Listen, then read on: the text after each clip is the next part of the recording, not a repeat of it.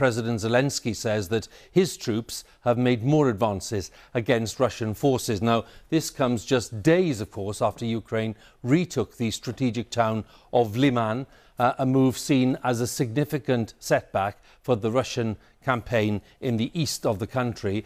And now we have the Ukrainian drive in the south also making progress. And President Zelensky said that 2 villages near the strategic city of Kherson have been recaptured.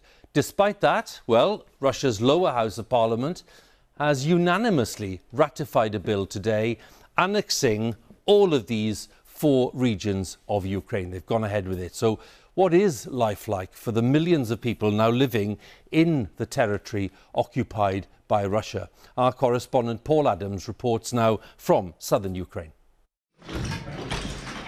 Ukrainian forces on the move again, this time taking back villages in the south.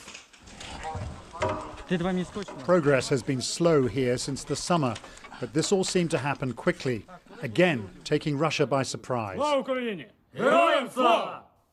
For Ukraine's President Volodymyr Zelensky, it was more good news to report in his nightly address.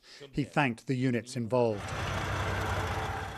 And far to the east, scene of September's lightning counteroffensive, Ukrainian troops are still pushing forward, collecting abandoned Russian equipment as they go.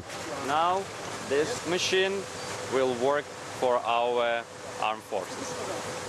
Russia now has major headaches on 2 fronts at the same time, just when it's trying to conscript, train and equip badly needed extra troops. Vladimir Putin may have celebrated annexing chunks of Ukraine, but his problems just keep multiplying. Is that you? It's Paul. But for civilians trapped inside Russian-controlled territory, life is getting harder. We reach a man in Kherson who doesn't want to be identified. He says the big fear is conscription. Well, the conscription is just a matter of time. We don't know which time. People around Kherson are being conscripted by dozens, and it makes us all afraid, of course. Russia's annexation is also making it much harder for people to leave. Here at the reception center in Zaporizhzhia, officials are used to seeing 1,000 people a day fleeing occupied areas. Today, it's practically deserted. 19-year-old Maxim finally made it after 4 days of traveling and waiting. He's here with his brother, mother, and the family cat. We stayed there because we didn't know where to go.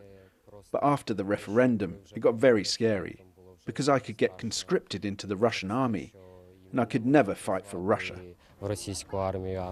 Maxim's family is moving on, hoping to find safety and some kind of future far from Russian occupation. 30 people have made it out so far today. Hope and uncertainty mixing in equal measure. Paul Adams, BBC News, Zaporizhzhia.